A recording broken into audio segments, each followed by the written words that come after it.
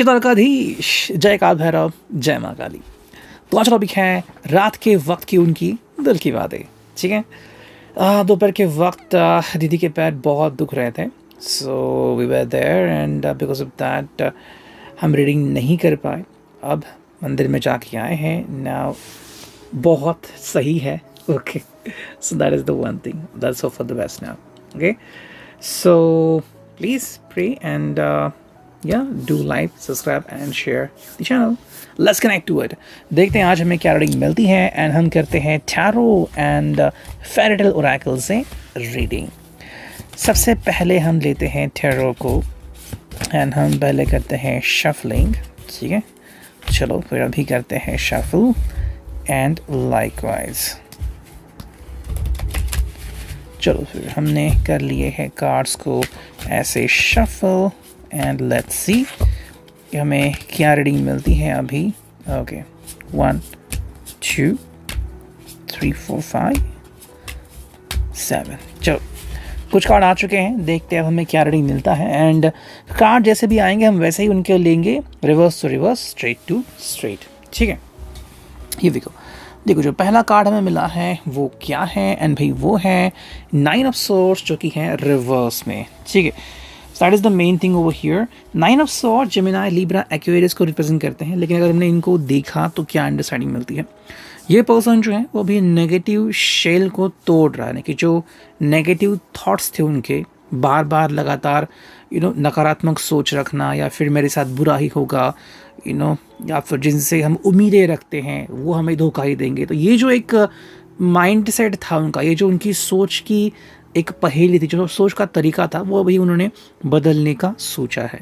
अब कितने लोग एक्चुअली इसको अपनाते हैं ये हर एक के ऊपर डिपेंड रहता है। ठीक है, दैट इज़ वेरी इंपॉर्टेंट। तो ये हमें ध्यान में रखना होगा कि हर जो चीज़ है, हर जो कार्ड को मीनिंग जो मैं बोलता हूँ वो हर किसी को कितना एप्लीकेबल होगा। जैसे कि कल ही मैंने गाड़ी वॉश कराई, तो वहाँ पे जो व्यक्ति हैं उनसे मैंने बात की। पहले उन्होंने बताया था मुझे कि वो शेयर मार्केट में इन्वेस्ट करते थे एंड बहुत सा पैसा उनका डूब गया।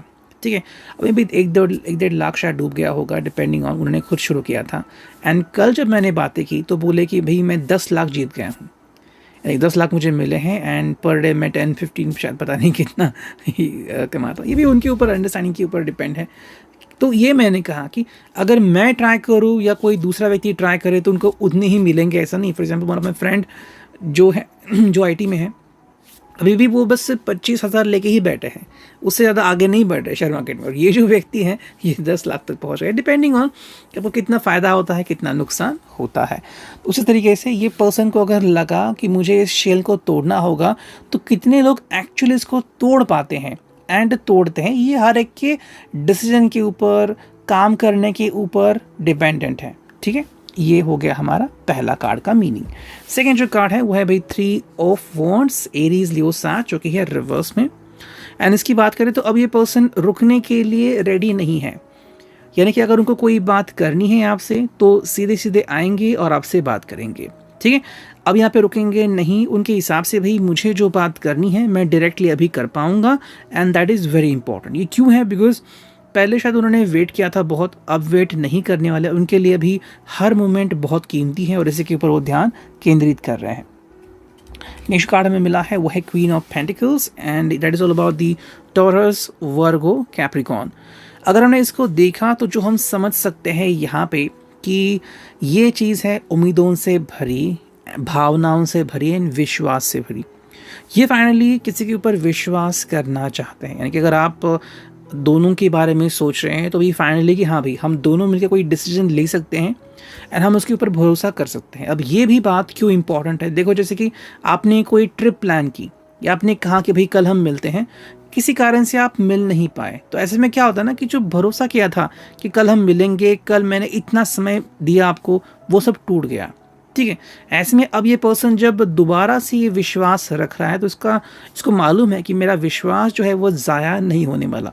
फिर चाहे आप शादी के बारे में बात करें या फिर एक दूसरे के दिल की बात करें, ये पर्सन आपको भी वही बताना चाहता है कि ये ट्रस्ट अगर करता है तो आप दोनों को ही ट्रस्ट निभाना पड़ेगा।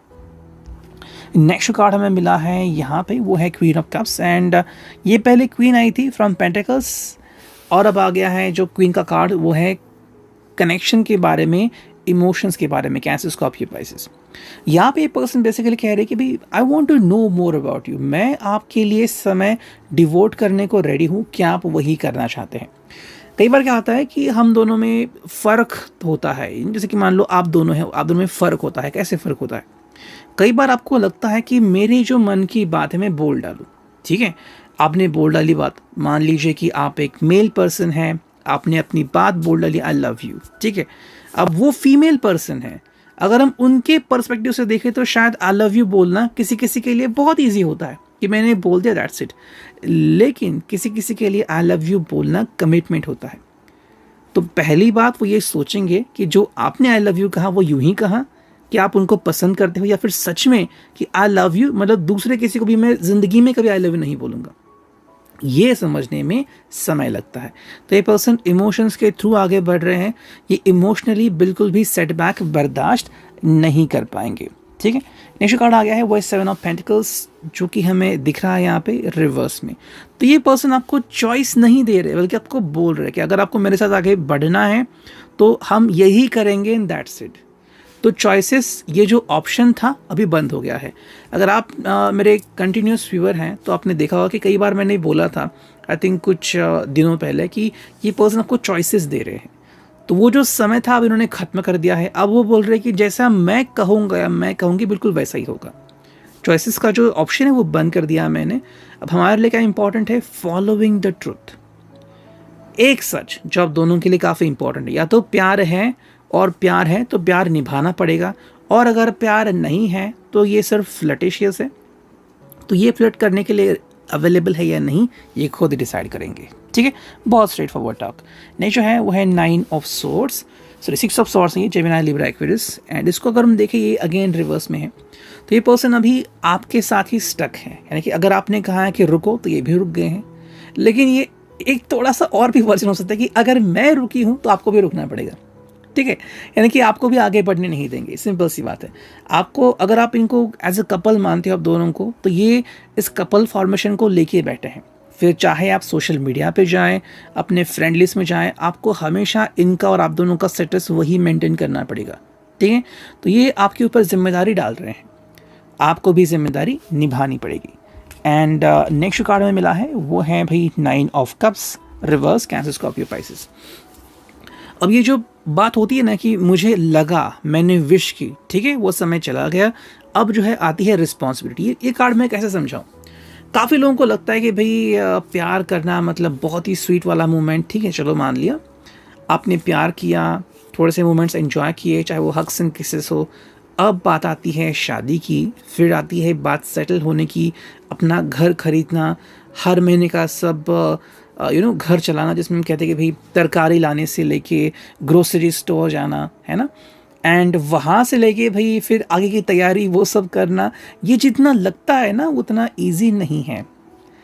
इसीलिए आई थिंक एक जो प्रोवर्ब है, कहावत है, घर पहावे बांधून मराठी में कहते हैं कि भाई आपको कोशिश करनी चाहिए, एक बार तो आप घर की तैयारी कर लो, तब आपको पता लगा कि भाई कितनी मुसीबतें आती हैं एक घर बनाने में। सो सिमिलरली ये पर्सन अभी आपको रिस्पॉन्सिबिलिटी दे रहे हैं। अब जो समय था कि फ़नी मोमेंट्स या फिर एंजॉय मोमेंट्स, वो चले गए हैं। ऐसा नहीं कि वो नहीं आएंगे या फिर वो है नहीं, वो है, लेकिन अब वो आपके ऊपर रिस्पॉन्सिबिलिटी डाल रहे हैं। अगर और इजी भाषा में बताऊं तो मान लेते हैं जहाँ पे आप जॉब पे लगते हैं, कुछ दिन बहुत आसान होते हैं कि कुछ काम नहीं, लेकिन जैसे ही वो ट्रेनिंग के दिन ख़त्म होते हैं अब शुरू होता है काम।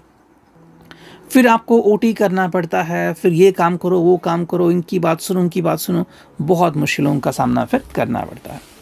एंड ये we move on to the twin, sorry ये है फेयरी टेल ओरेकल। इसमें सिर्फ हम 4 ही कार्ड चुनेंगे, देखते हैं हमें कौन से कार्ड मिलते हैं। 1 2 3 एंड 4, बिकॉज अभी 9:30 मिनट हो चुके हैं। So let's see.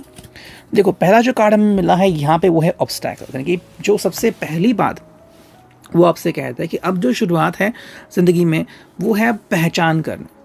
जैसे मैंने कहा ना कि रिश्ते में जो एक बहुत फ़न वाला मोमेंट था वो अभी पार्ट चला गया है। अगर काफ़ी दिनों से आप कह रहे थे कि वी शुड मैरी, तो अब ये सीरियसली मैरिज के बारे में सोच रहे हैं, लेकिन इस तरह से नहीं कि शादी मतलब व्हाट अबाउट द शादी day, okay, it's not about कि भाई हनीमून में क्या होगा, इट्स अबाउट कि शादी के बाद रिस्पॉन्सिबिलिटी कितनी आएगी, काम पे जाना होगा, फिर आप दोनों कहाँ पे रहेंगे, क्या घर की तैयारी की है, अगर रेंट पे फ्लैट लेना है तो आपको क्या क्या सामान लेना पड़ेगा, वो सब वो सोच रहे हैं। तो ये एक ऑब्स्टैकल कार्ड यहाँ पे दर्शित है।